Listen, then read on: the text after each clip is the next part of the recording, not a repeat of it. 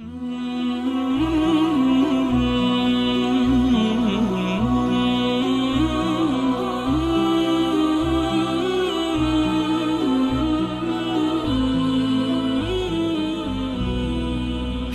على الصلاة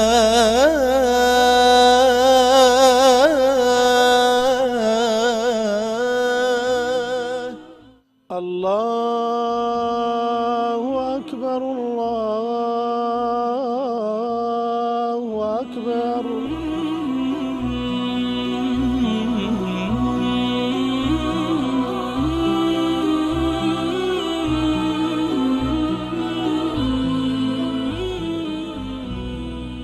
حي على الصلاة. بسم الله الرحمن الرحيم. الحمد لله والصلاة والسلام على رسول الله وعلى آله وصحبه ومن والاه. عزیزان و خۆشەویستان، برایان خۆشکان، خۆشحاڵی نەخزمەتتانە هاتینەوە جارێکی تر لە نووری دیدەمە لە بابەتی نوێژە. لەم ڕۆیە باسێکی جەمانەوە ئەکەین کە پێڵێن ڕکوع.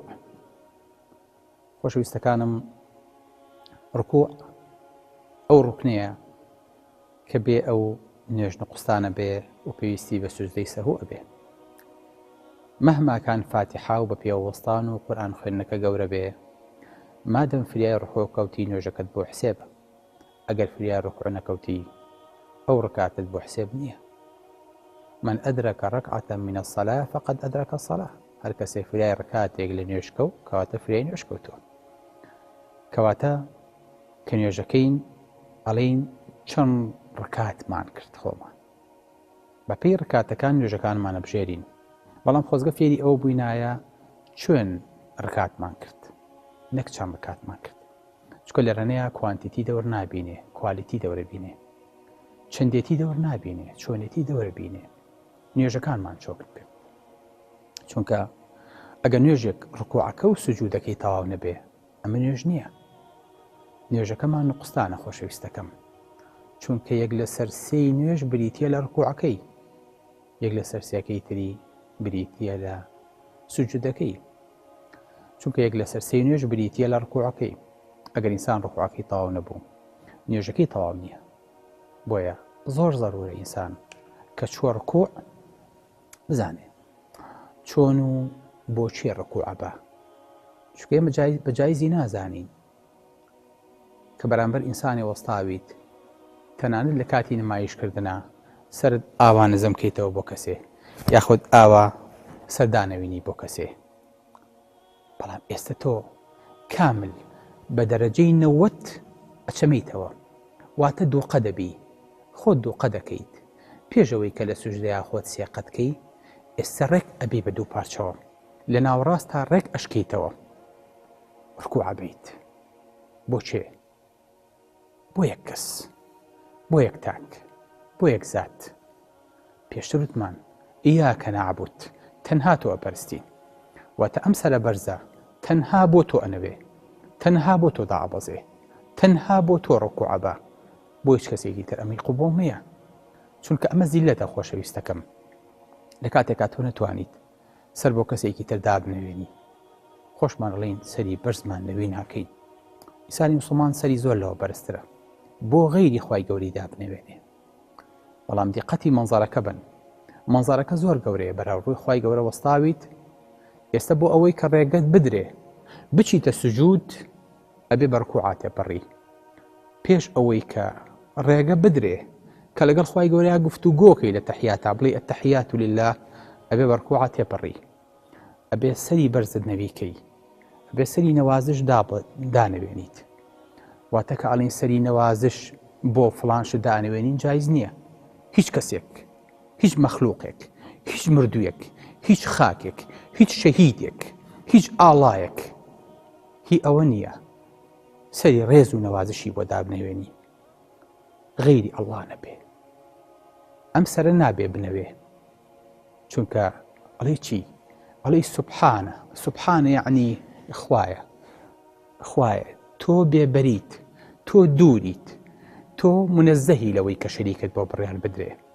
سوبحانە ڕەبی العەظیم، گەورەی بۆ خوای من، نزیهی بۆ خوای من، خوای عەزیمی من بەرەو کە ئەچیتە ڕکوع ئەبێ بزانی بۆ چێ چوویتەتە ڕکوع، چۆن چوویتەتە ڕکوع، چنێکە مێنیتەوە، چنێ ئیستیقرارەکەی، چنێ دڵە ئارامە بێ. ئەبێ حسابی ئەمە بۆ خۆ بکەی خۆشەویستەکەم. دڵ و مێشک ئەچنەیەک ئاستەوە. دڵی بڕیاردەر، دڵی پاشا لەگەڵ وەزارەتەکانی مێشکە ئەچنە یەک لێفڵاوە بۆ ئەوەی کە خوێنێکی زیاتر بۆ مێشک و بۆ بەشەکانی تری لاشە بچێ. هەر کاتێ ئینسان چووە ئەم حاڵەتەوە دڵی بۆ خۆشە بێ، مرتاحی ئەوە ئەبێ کە ئیستاکەنە نیوەی شەڵتەکەی بڕیوە، نیوەی هەنگاوەکانی بەرەوخوای گەورە ناوە، دڵی بۆ خۆشە، مرتاحە لەگەڵ خواکەی خۆیان. چەند بنەوێ، چەند نزم بێتەوە، چەند کوڕنۆش بەرێ، چەند بچەمێتەوە، هێشتا هەرکەمە. ئەگەر شتێکی تر هەبوایە خوای گەورەی لێ ڕازی کردینایە، لە ڕکوع و لە سوژدە گەورەتر ئەوایە بمان کردایە، دڵیشمان پێی خۆش بوایە.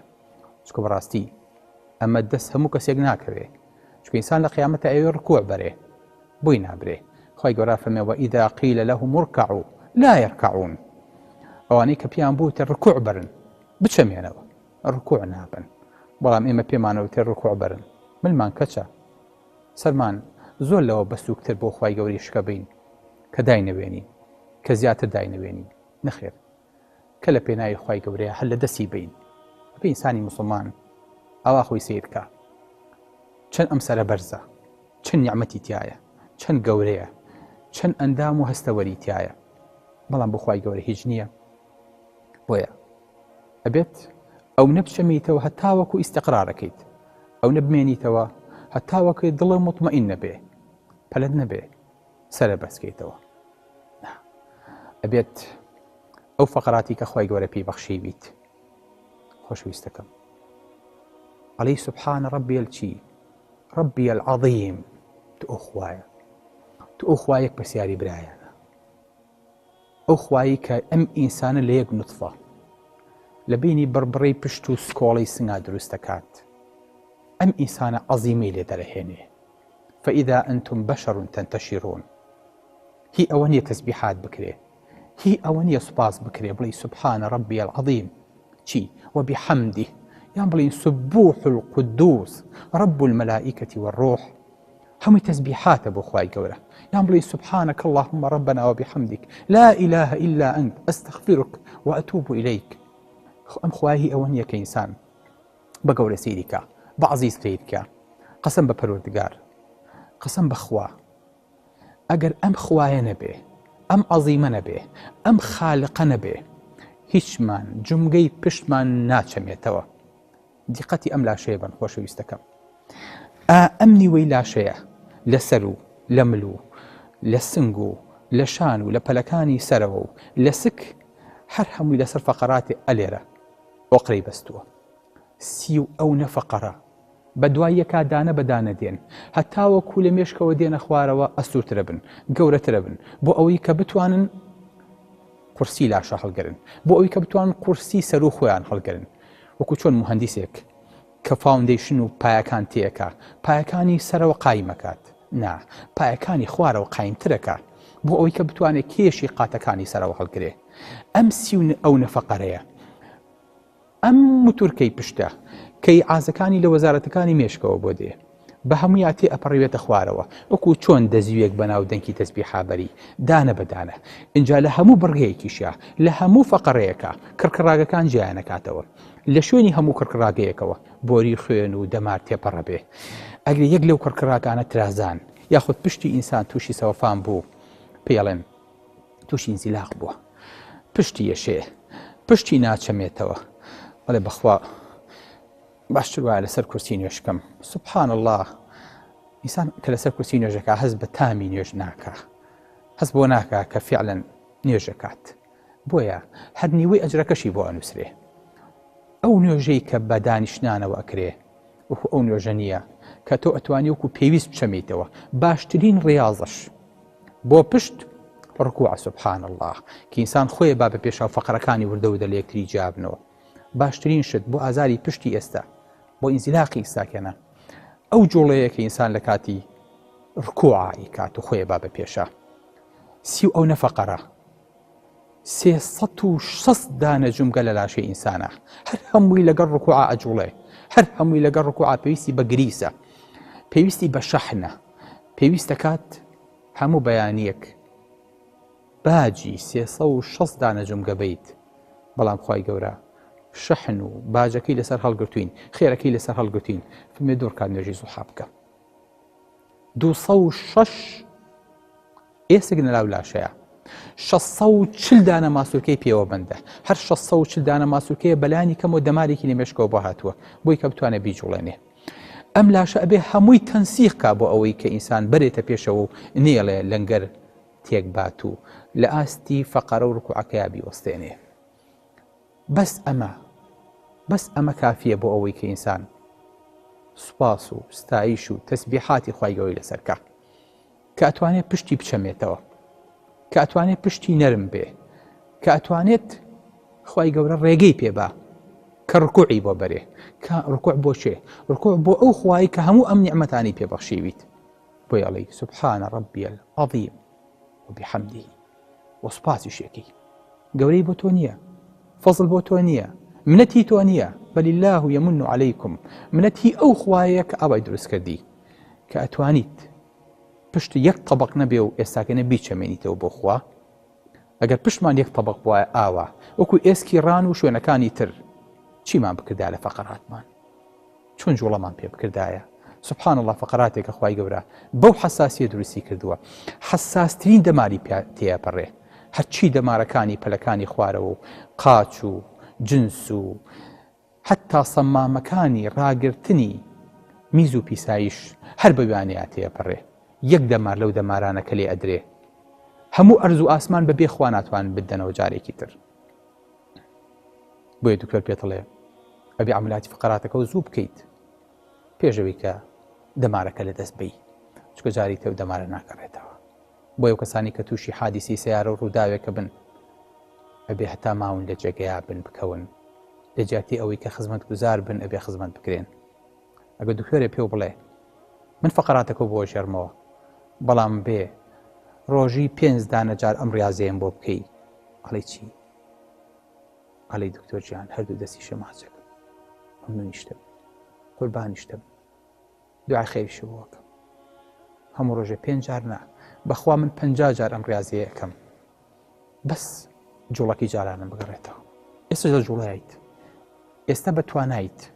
پێغەمبەری خوا سەڵ سەلەم فەرمێ لە قیامەتا منافقەکان پشتیان ڕقە بێ، یانێ سوجدە بەرن و سوجدەیان بۆ نابرێ. يوم يكشف عن ساق ويدعون إلى السجود فلا يستطيعون، يعني كورنوش برن بەڵام کورنۆشیان بۆ نابرێ. پشتمان نەرمە، ئەبێ دڵیشمان بەو شێوەیە نەرم بێ، ئەبێ چاومان نەرمتر و فرمێسکاوی تر بێ لە کاتێکا ڕکوع بین، چکە لە کاتی ڕکوعە بە ئاسانی هەموو تاوانەکانی سەرشانی ئینسان ئەتەکێن و بەرەبنەوە. جی خۆی نییە چەند ئەتوانین لە ڕکوع بین، چەند ئەتوانین بمێنینەوە، چەند ئەتوانین بۆستین، چەند ئەتوانین لەم بارەیە خۆمان ڕابێنین، پەلە نەکەین پێش ئەوەی کە سەربەرزکەینەوە. دڵمان بۆ خۆش بێ بڵین هەموو تاوانەکانی سەرلاشە و سەرشانمان وەریوە، اینجا سەربەرزەکەینەوە. خۆشترین مەنزەر، جوانترین مەنزەر، جێی شانازی ترین مەنزەر ئینسان بتوانێت بیکە لە کاتی سەرنەویکردنێتی بۆ ئەو خاڵقەی کە هەموو ئەم لاشە جوانەی بەم شێوە جوانە لە یەک نوتفە لە یەک هێلکە پێبەخشیوە. خەزارم ئەمە کەمترین شتێکە کە خوای گەورە داوای لێکردوین بۆی بکەین. ئەکرا هەتا ڕۆژی قیامەت سەرمان لە ڕکوع بێ، وەکو لە حەدیثێکە هاتووە فەرمێ لەو ڕۆژی خوای گەورە ئەرز و ئاسمانی دروست کردووە، مەلایکەتێکی هەیە سەری خستۆتە سوجدە، کە قیامەت هەڵەسێ سەر بەرزەکاتەوە فەرمێ سوبحانك ما عبدناك حق عبادتك، گەورەی بۆ تۆ خوایە بەڕاستی وەکو پێویست عیبادەتمان نەکردی. لە تا قیامەت سەرمان لە ڕکوع بێ، ئەو 70-80 ساڵی کە تیاژین جێ خۆیەتی لەسەر مەرگا بڵین ما عبدناك حق عبادتك. بەڕاستی خوایە وەکو پێویست نەمان ناسیویت، وەکو پێویستیش پەرستشمان بۆ نەکردووی. سلام علیکم ورحمة الله وبركاته. حي